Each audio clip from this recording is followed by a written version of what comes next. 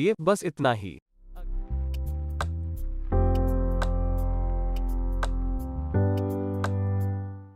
Price action trading course के दूसरे episode में आप सभी का स्वागत है। यह वीडियो इस बात पर ध्यान केंद्रित करेगा कि बाजार में प्राइस कैसे चलता है या कुछ बड़े खिलाड़ियों द्वारा एक विशेष तरीके से कीमतों को कैसे मूव किया जाता है। आपने लोगों को यह कहते हुए सुना होगा कि history repeats itself, price memory आदि। उनका मतलब यह है कि कीमत एक विशिष्ट तरीके से बार बार कैसे चलती है। सवाल यह है कि स्टॉक की प्राइस ऊपर या नीचे क्यों जाती है। इस प्रश्न के अलग अलग उत्तर हो सकते हैं, जैसे कि यह कुछ अच्छी या बुरी खबर हो सकती है, या सरकार कुछ बिल पारित कर सकती है, आरबीआई द्वारा एक नई पॉलिसी, कुछ कानूनी मुद्दे आदि हो सकती है। लेकिन इस सब के केंद्र में एक चीज जो बाजार में हलचल मचाती है वह है कंपनी की अर्निंग्स। भले ही किसी खास स्टॉक से जुड़ी कोई बहुत बुरी खबर सामने आई हो, लेकिन इसका कंपनी की अर्निंग्स पर कोई सीधा असर न हो, तो स्टॉक में कुछ समय के लिए टेम्पररी करेक्शन हो सकता है, लेकिन अंततः यह ठीक हो जाएगा। दूसरी ओर वोडाफोन आइडिया, येस बैंक जैसे स्टॉक उन खबरों के शिकार हैं जिन्होंने सीधे स्टॉक की अर्निंग्स को प्रभावित किया, जिसके परिणामस्वरूप उनकी क्रैश हुई। शेयर बाजार में सामान्य तौर पर मुख्य रूप से दो खिलाड़ी होते हैं। पहले रिटेलर्स हैं और दूसरे हैं इंस्टीट्यूशंस। बाजारों में 90% या अधिक ट्रेडिंग इंस्टीट्यूशंस द्वारा किया जाता है, जिसका अर्थ है कि बाजार केवल इंस्टीट्यूशंस का एक संग्रह है। इंस्टीट्यूशंस में mutual fund houses, banks, brokerage houses, insurance companies, pension funds, hedge funds आदि शामिल हैं। ये कंपनियां बाजार की अधिकांश वॉल्यूम्स के लिए जिम्मेदार हैं और वे ज्यादातर स्टॉक के फंडामेंटल्स पर व्यापार करते हैं। आजकल वे ट्रेडिंग के एल्गोरिथमिक साइड पर अधिक ध्यान केंद्रित करते हैं। मेरे कहने का मतलब यह है कि इंस्टीट्यूशनल ट्रेडिंग डेली और वीकली चार्ट्स पर बाजार की दिशा को नियंत्रित करता है, और बहुत सारे बड़े इंट्राडे प्राइस मूव्स या प्राइस स्विंग्स को इंस्टीट्यूशंस द्वारा नियंत्रित किया जाता है।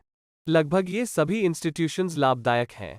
इंस्टीट्यूशंस को आमतौर पर स्मार्ट मनी माना जाता है, जिसका अर्थ है कि वे ट्रेडिंग से भारी मुनाफा कमाने के लिए पर्याप्त हैं और वे हर दिन बड़ी वॉल्यूम्स में ट्रेडिंग करते हैं।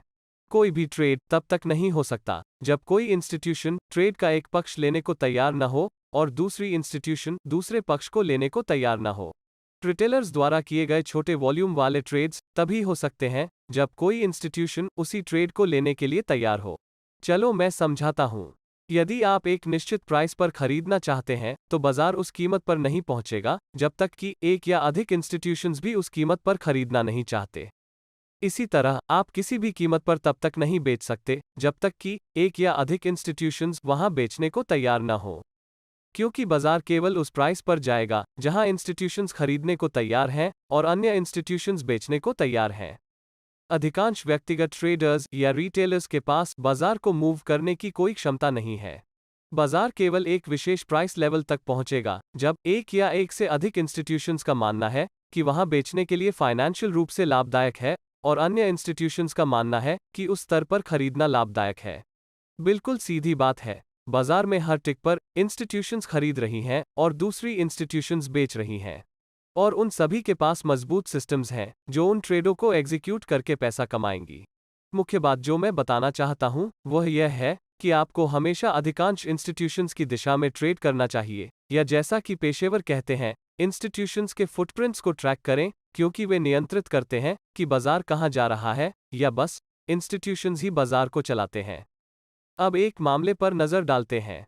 आपको एक नई ट्रेडिंग स्ट्रैटेजी मिली जो शुरुआत में पैसा बनाती है, लेकिन थोड़ी देर बाद काम करना बंद कर देती है। हम में से कई लोग इस स्थिति से गुजरे होंगे। इस मामले का कारण बहुत सरल है। बाजार हमेशा बदलते रहते हैं। यह कभी स्थिर नहीं होता, बल्कि मार्केट्स हमेशा एक चरण से दूसरे चरण में शिफ्ट होता रहता है।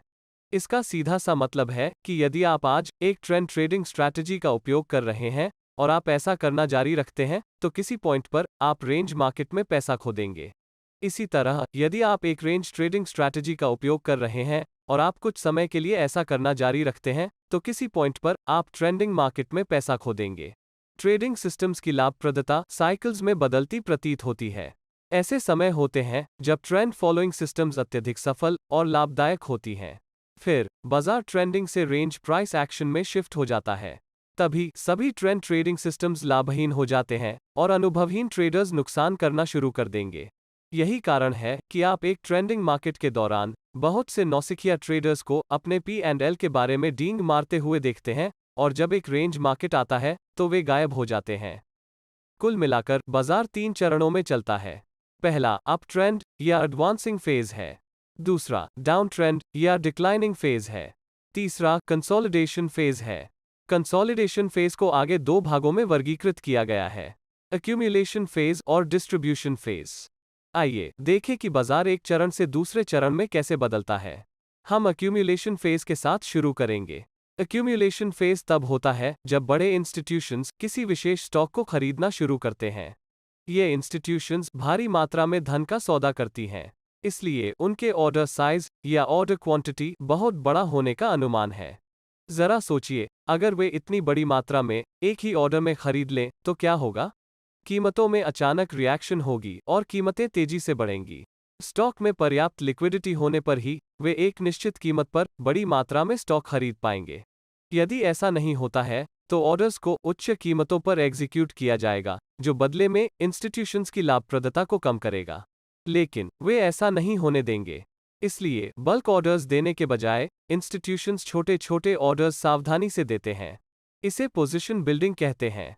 इससे हम यह निष्कर्ष निकाल सकते हैं कि एक्यूमुलेशन फेज के दौरान इंस्टीट्यूशंस धीरे धीरे और चुपचाप अपनी पोजीशंस का निर्माण कर रहे हैं। एक्यूमुलेशन फेज के दौरान बाजार रेंज बाउंड बने रहते हैं और ट्रेंड ट्रेडर्स को नुकसान का सामना करना पड़ता है यदि वे अचानक से एडजस्ट नहीं करते हैं तो। अब सवाल यह है कि आप एक्यूमुलेशन फेज की पहचान कैसे करेंगे? आमतौर पर एक्यूमुलेशन फेज कीमत गिरने के बाद होता है या बस यह डाउन ट्रेंड के बाद होता है।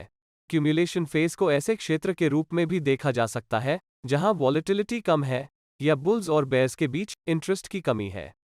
आइए अब अप ट्रेंड या एडवांसिंग फेज को समझते हैं। अप ट्रेंड आमतौर पर तब होता है जब कीमत एक्यूमुलेशन फेज से बाहर ब्रेकआउट हो जाती है। अब हम सीखेंगे कि अप ट्रेंड के दौरान क्या होता है। पोजीशन बिल्डिंग के बाद इंस्टीट्यूशंस बाजार को ऊपर ले जाती हैं। इस दौरान बाजार में बुलिश का सेंटिमेंट है। ये इंस्टीट्यूशंस जल्द ही अपने पोजीशंस को क्लोज नहीं करेंगे और न ही अपना प्रॉफिट्स बुक करेंगे। इसका यह मतलब है कि एक अप ट्रेंड महीनों से लेकर सालों तक कहीं भी रह सकता है। यह इस फेज के दौरान है कि ट्रेंड ट्रेडर्स बहुत अधिक लाभ कमा सकेंगे। हम अपकमिंग वीडियो में चर्चा करेंगे कि अप ट्रेंड की पहचान कैसे करें और अप ट्रेंड के दौरान अपने ट्रेड्स को कैसे लें। अभी के लिए हम तीसरे फेज की ओर बढ़ते हैं, जो है डिस्ट्रीब्यूशन फेज। डिस्ट्रीब्यूशन फेज आमतौर पर कीमतों में काफी हद तक वृद्धि के बाद होता है और डिस्ट्रीब्यूशन फेज एक एक्यूमुलेशन फेज की तरह दिखता है जहां बाजार एक रेंज में रहता है। अब हम सीखेंगे कि डिस्ट्रीब्यूशन फेज में क्या होता है। इंस्टीट्यूशंस अपने इनिशियल इन्वेस्टमेंट्स पर लाभ का एक अच्छा हिस्सा बनाने के बाद अपनी पोजीशन को स्क्वायर ऑफ या बेचना या डिस्ट्रीब्यूट करना शुरू कर देते हैं। एक्यूमुलेशन फेज के समान ही इंस्टीट्यूशंस शेयरों को गुप्त रूप से और धीरे धीरे बेचते हैं ताकि कीमत तुरंत न गिरे, जिससे घबराहट की स्थिति पैदा हो। वे अपने पोजीशंस को चुनी हुई कीमतों पर बेचना चाहते हैं। यही कारण है कि डिस्ट्रीब्यूशन फेज भी रेंज बाउंड है। डिस्ट्रीब्यूशन फेज के दौरान ट्रेंड ट्रेडर्स को नुकसान का सामना करना पड़ेगा यदि वे अपनी स्ट्रैटेजी को तुरंत एडजस्ट नहीं करते हैं तो। डिस्ट्रीब्यूशन फेज में कीमतों में आसन गिरावट की घबराहट के कारण वॉलेटिलिटी अधिक हो जाती है। बाजार का अंतिम फेज डाउन ट्रेंड या डिक्लाइनिंग फेज है। डिक्लाइनिंग फेज तब होता है जब कीमत डिस्ट्रीब्यूशन फेज से नीचे टूट जाती है। इस फेज के दौरान सेलिंग प्रेशर अधिक होता है और बाजार का सेंटिमेंट बेयरिश में बदल जाएगी।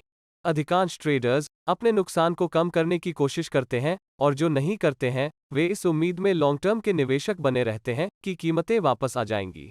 बाजारों में घबराहट और भय के कारण वॉलेटिलिटी बहुत अधिक हो जाती है। तो यह ट्रेंड ट्रेडर्स के लिए एक अच्छा समय है जो अच्छा लाभ कमाने के लिए बाजार को शॉर्ट कर सकते हैं। चार्ट में सभी फेजेस इस तरह दिखते हैं और यह ध्यान रखना है कि ये सब फेजेस बार बार साइकिल्स के रूप में प्रकट होते रहते हैं और यदि आप उन्हें जल्दी खोज सकते हैं तो आपके पास बाजार के ऊपर एक एज है और अंत में आप एक उपयुक्त स्ट्रैटेजी का उपयोग कर सकते हैं जो उस स्थिति में काम करती है। हम आने वाले वीडियोस में विभिन्न ट्रेंड ट्रेडिंग और रेंज ट्रेडिंग स्ट्रैटेजीज के बारे में विस्तार से बात करेंगे। हम यह भी समझेंगे कि बाजार की बदलती परिस्थितियों के अनुसार अपनी ट्रेडिंग